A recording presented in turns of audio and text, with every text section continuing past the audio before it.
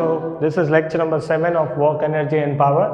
So this will be the last topic of this chapter, collisions, right? Many questions are asked on this topic in JEE and NEET exam. So today we will discuss, first of all we will discuss the introduction of collision, then we will discuss the types of collision, we will derive few equations, and at last we will solve the questions of the types of collision and the mixed ones, right? Okay, see the word is very common. Again, collisions means when two or more objects exert force on each other when they meet, that is a kind of collision, right? Or in physics we will define collision in a different way. We can say that it is an event in which two or more than two bodies will exert force on each other for a very short interval of time, right, which will change the momentum and kinetic energy also. This is known as collisions. Collisions means it's an isolated event in which two or more than two bodies will exert a force on each other for a very short span of time, and because of this force there will be a change in kinetic energy, change in momentum, right? This event or this process is known as collisions, right? So collisions, it is defined as, it is an isolated event in which two or more than two bodies will exert force on each other, thereby changing the momentum and kinetic energy of colliding bodies. Clear? So this is the definition of collision in physics. Okay, we will see the stages of collisions, we will discuss the types of collisions, right, and then we will derive the formula for each and every type, right. So there are simply three stages of collision. Like suppose this mass m1 is moving with velocity v1 on a straight road. Another body, mass m2, it is moving with velocity v2. Clear? So this stage is before the collision. Two bodies have not collided yet. So this is before the collision. Before the collision. Let us assume v2 is greater than v1. Clear? So after some span of time, this body will be colliding with this body. Okay.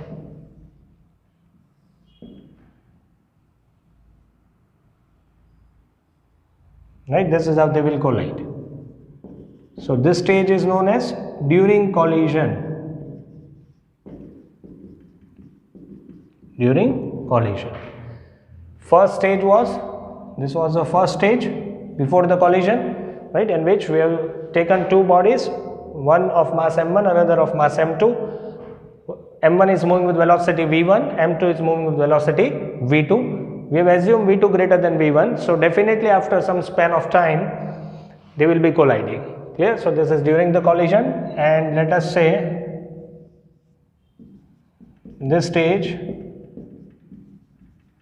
when we know that when two or more than two bodies collide with each other, there will be some change in the velocities of the colliding body, and if velocity changes, momentum will change, kinetic energy will change, right? So let v1 dash and v2 dash be the velocities of the body after they make a collision, right? So this is the third stage, which is after the collision.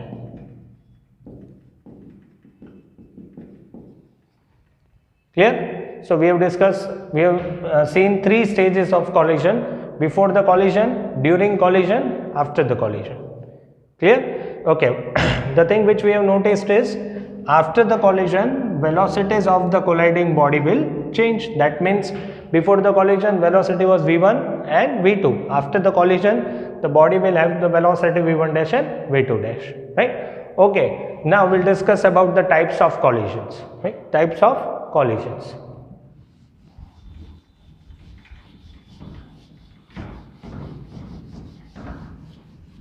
Mainly collisions are being classified into three parts, three categories.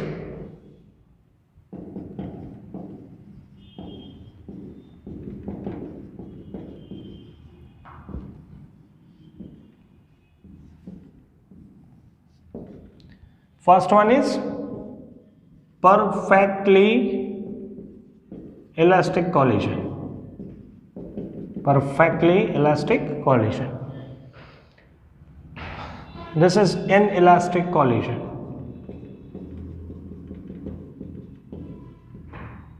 And the last one is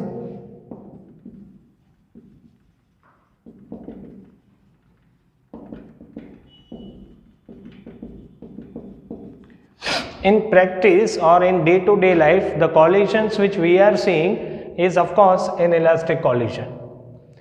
Perfectly elastic collision and perfectly inelastic collision does not actually take place in real life, right? You cannot have perfectly elastic collision, you cannot have perfectly inelastic collisions, right? Okay, what is perfectly elastic collision? Perfectly elastic collision means both momentum and kinetic energy of the system. System means total number of bodies. We had seen we have taken two bodies of mass m1 and m2. That forms a system, right? If there were three bodies m1, m2, m3, so that together forms another system. So perfectly elastic collision means both momentum and kinetic energy of the system remains conserved. Remains conserved. That means conserved. It means initial momentum of the system equals to final momentum of system, or initial momentum of the system before the collisions equals to final momentum after the collision. Initial kinetic energy of the system before the collision, final kinetic energy after the collision. This is what you can compare.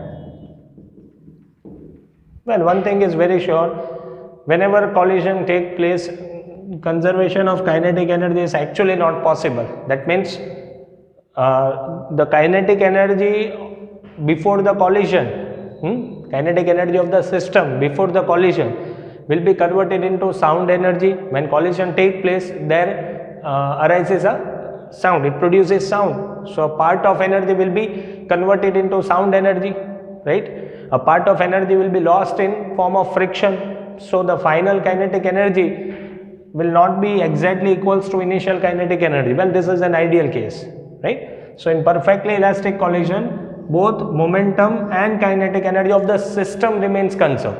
I'm not saying that momentum and kinetic energy of a single particle or of a single body remains conserved. I am saying that both kinetic energy and momentum of the system remains conserved. Clear? Okay. Inelastic collisions, only momentum remains conserved,